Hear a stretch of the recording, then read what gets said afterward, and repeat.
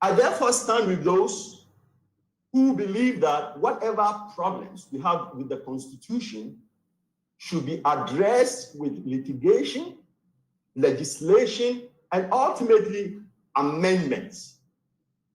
For surely it is an easier proposition to contemplate one or two amendments and vote on those one or two amendments than to be given a new book of 300 articles and to vote yes or no on 300 articles. That, to me, is irrational and will not produce an outcome that is considerably better than what we have now.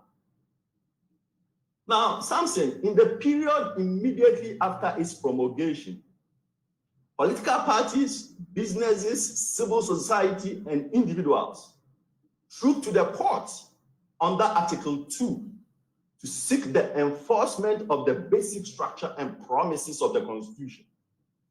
The court obliged with timely and, frankly, sometimes very impressive judgments.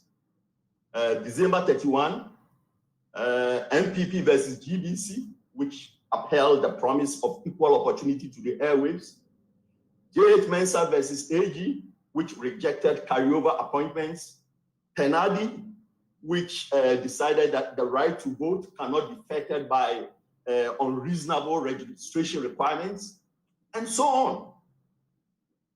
My concern is that over time, constitutional enforcement and justice have become too slow, too expensive, too technical, too narrow, too unpredictable, too incomprehensible, and in the process have outpriced the poor and disadvantaged, have outlawyered the non-lawyers, and have increasingly blocked the pathway that the Constitution opened for even the determined and knowledgeable private solicitors general who seek to enforce the document.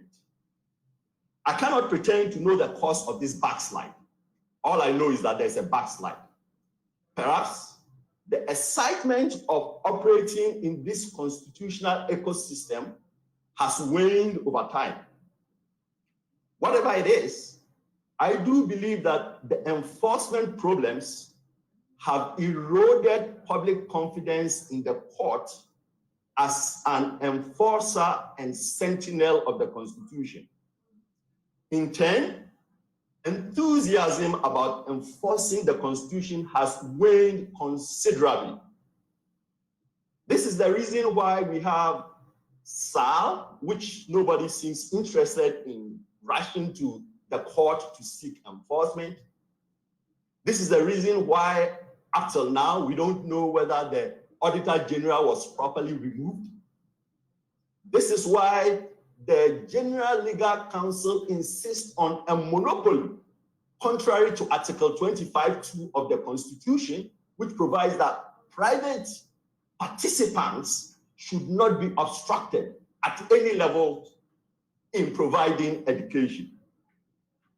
I contend that this trust deficit, more than the Constitution's imperfection, is the imminent threat to the sustainability and survival of the Constitution.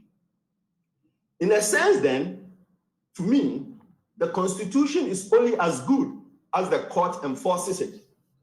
And the court, therefore, the Constitution is good only to the extent that the public has confidence in it.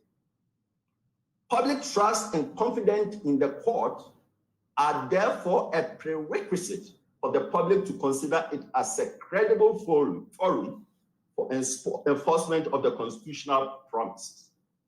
My mission today, then, is simply to reflect on the extent to which the Constitution's promises are being enforced and to propose 13 ideas on how we can strengthen this obedience and enforcement.